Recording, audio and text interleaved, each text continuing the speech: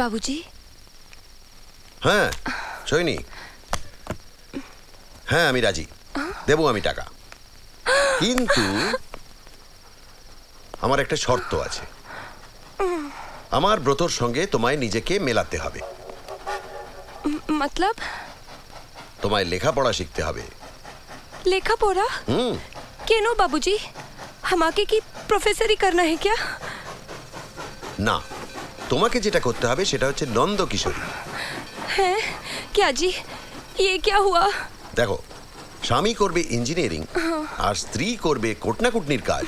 মানব ধর্মশাস্ত্রে কিন্তু এ নিষিদ্ধ, অথচ দেখো ঘরে ঘরে কিন্তু এই নিষিদ্ধ বস্তুরই ছড়াছড়ি। বাবুজি, আমি যে কিছু বুঝতে পারছি না।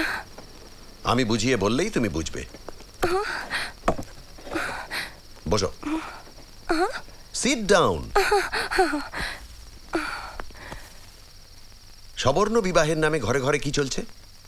কি কি চলছে? ঘোর অসবর্ণ বিবাহ। স্বামীর কর্মজীবনের সঙ্গে স্ত্রীর কোনো যোগ নেই, সে যেন শুধু একটি গৃহশোভা, অলংকার। না না, তা হতে পারে না। তা আমার কাছে তুমি কি চাও?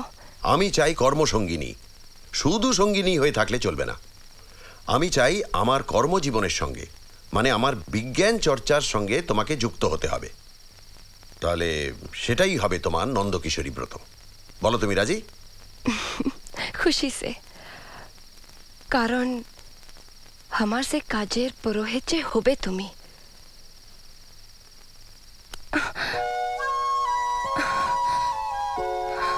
তবে এই আংটি হোক আমাদের মিলিত জীবনের অভিজ্ঞান।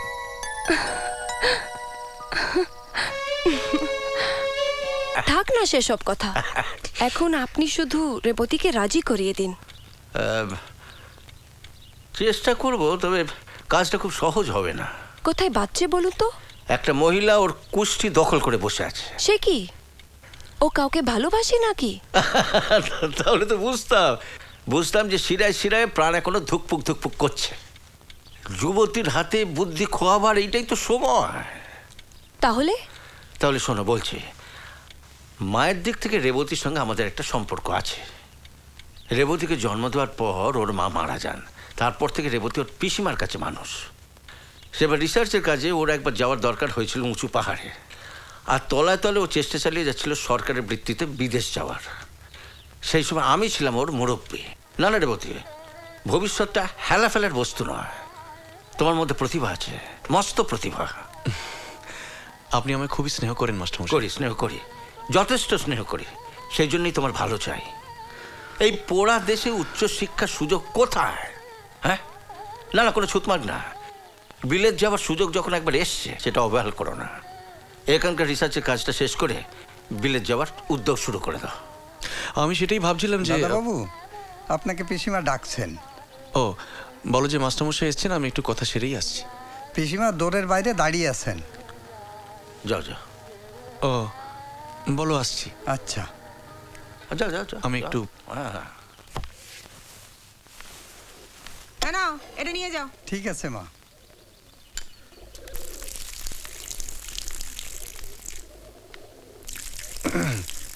ইয়ে কি হয়েছে বলো? তুই বিলেত যাচ্ছিস? কে বলেছে? কে বলেছে সেটা বড় কথা নয়, তুই যাচ্ছিস কিনা সেটা বল। না, ইয়ে মানে আসলে কি মানে করছিস? তোর পিসির নজর কিচ্ছু এড়ায় না, আমি শুধু তোর নিজের মুখে শুনতে চাই। না পিসি, এখনো কিছুই ঠিক হয়নি, একটা কথাবার্তা হয়েছে শুধু। আয়, আরে এটাই তো তুই নিজের মুখে বলবি। আরে আমি তোমায় জানাতাম পিসি, তুমি আমার কথাটা তো শোনো। আমি তুই জানাতিস না। তুমি শুধু শুধু আমার উপর রাগ করছো জানো। তুমি কেন বুঝতে চাইছো না পিসি? এর সাথে জড়িয়ে আছে আমার ভবিষ্যৎ। বলি বিলেতে না গেলে বুঝি সকলের ভবিষ্যৎ একেবারে ঝরঝরে হয়ে যায়? আরে না না, আমি সে কথা বলছি না। আসলে এদেশে থেকে আমি আমার রিসার্চের কাজটা শেষ করতে পারবো না। বুঝেছি, এই বুদ্ধি তোকে কে দিয়েছে আমি বুঝেছি। ওই মনমতো চৌধুরী। আস্তে কথা বলো, উনি বসে আছেন, শুনতে পাবেন যে। শোনো, উনি মাস্টার হয়ে যদি ছাত্রের ভবিষ্যৎটা ঝরঝরে করতে পারেন তাহলে এটা ওরা শোনার দরকার। মানুষ কোন সুখে বিলেতে যায় আমি জানি না, ওই ম্যাম বিয়ে করতে। হ্যাঁ চি চি চি রেবি, পিসি, তুই ভট্টাচ বাড়ির ছেলে হয় শেষকালে মেম বিয়ে করবি? তোর এত অধঃপতন।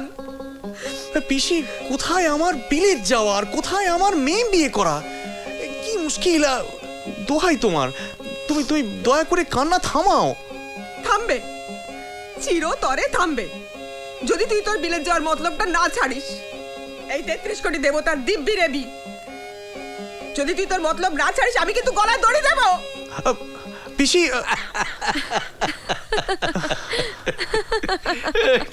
তারপর স্বপ্ন মদির নেশায় মেশা এই উন্মত্ততা জাগায় দেহে